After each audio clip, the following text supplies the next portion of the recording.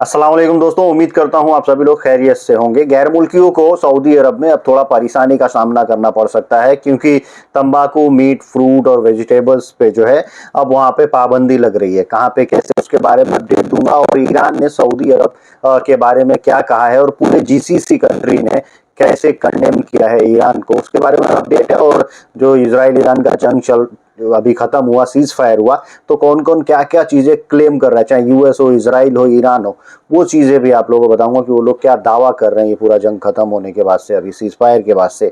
Traffic की तरफ से भी, सऊदी ट्रैफिक की तरफ से भी अपडेट है। तो चलिए वीडियो की शुरुआत करने से पहले आप लोग से गुजारिश करता हूं, अगर आप लोग मेरे चैनल पर नए हैं तो चैनल को सब्सक्राइब करके और नोटिफिकेशन ऑन कर लीजिए। फेसबुक, इंस्टाग्राम पर अभी तक फॉलो नहीं किया तो आप मुझे फॉलो कर सकते हैं। आपके कुछ भी कंसर्न, डाउट ट्रेवलिंग के रिगार्डिंग रहे गल्फ कंट्रीज में तो आप मुझसे जुड़ सकते हैं। सबसे पहले बात करते हैं सऊदी अरब की।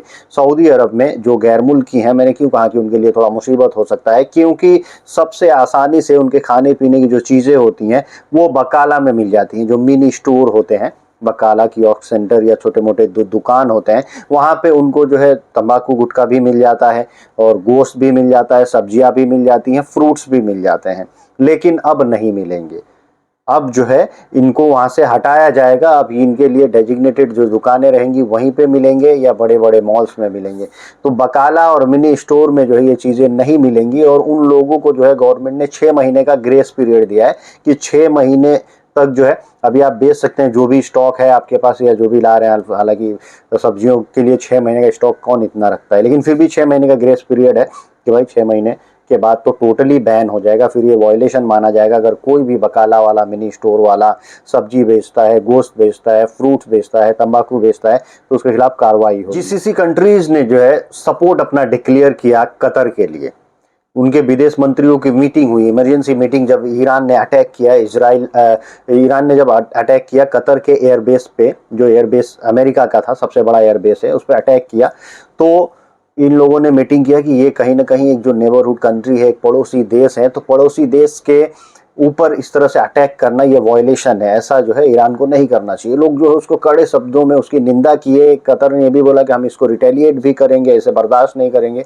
बहुत सारी चीज़ें हुई, लेकिन उसने जो भी ईरान ने ये क्लेम किया कि मैंने जो अटैक किया हूँ वो केवल केवल यूएस के एयरबेस पे किया हम लोगों ने। कतरी सिटीजन्स का इसमें कोई नुकसान नहीं और कतर के किसी भी प्रॉपर्टी को कोई नुकसान नहीं हुआ। तो ये चीज़ें उन्होंने कहा और हमारा ये मनसा भी नहीं था, उन्होंने बताया।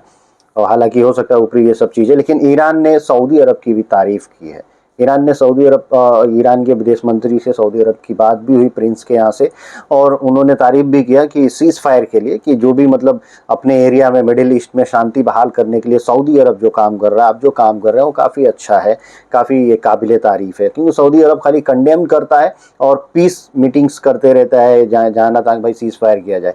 अब तो ये है, इसके लिए तो ईरान ने तारीफ कर दिया। दूसरी चीज़ एक और है, अब जो ये जीसीसी कंट्री की बैठक हुई, ये लोगों ने जो है ये भी कहा कि जैसे ये सीज फायर हुआ है ये चलो अच्छा है, लेकिन अब तक यूएस ने सीज फायर क्यों नहीं कराया गाजा का और इसराइल का।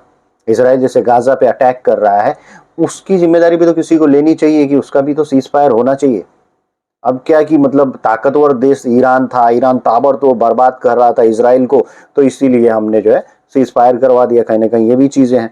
और ये गाजा जो है, गाजा भाई, वहाँ पे लोग जो है उनकी ना कोई आर्मी है फिलिस्तीनी, ना कुछ है उनके। ये में जो प्रॉक्सी लोग बताते हैं कि ईरान के प्रॉक्सी हैं, हमास और हिजबुल्ला, ये लोग अटैक मारते थे खाली, ये लोग कोई नुकसान नहीं कर पाते थे इसराइल का। तो इसके लिए अभी तक जो है ये जंग जो है जारी है और इसराइल अभी तक जुल्म कर रहा है गाजा के ऊपर। इसका भी सीज फायर होना चाहिए। अब एक और अपडेट है, जो लोग क्या क्लेम कर रहे हैं इसमें। देखिए, ईरान की तरफ से ये क्लेम किया गया है कि हमारे ऊपर जो अटैक्स हुए हैं यूएस के द्वारा, जो बम गिराए गए हैं न्यूक्लियर प्लांट्स पे, हमारा कोई नुकसान नहीं हुआ है। इसराइल और यूएस जो क्लेम कर रहे हैं वो ये कर रहे हैं कि हमने पूरा ध्वस्त कर दिया उसका न्यूक्लियर बेस, न्यूक्लियर प्लांट, जो जो चीज़ें थी हमने पूरा ख़त्म कर दिया।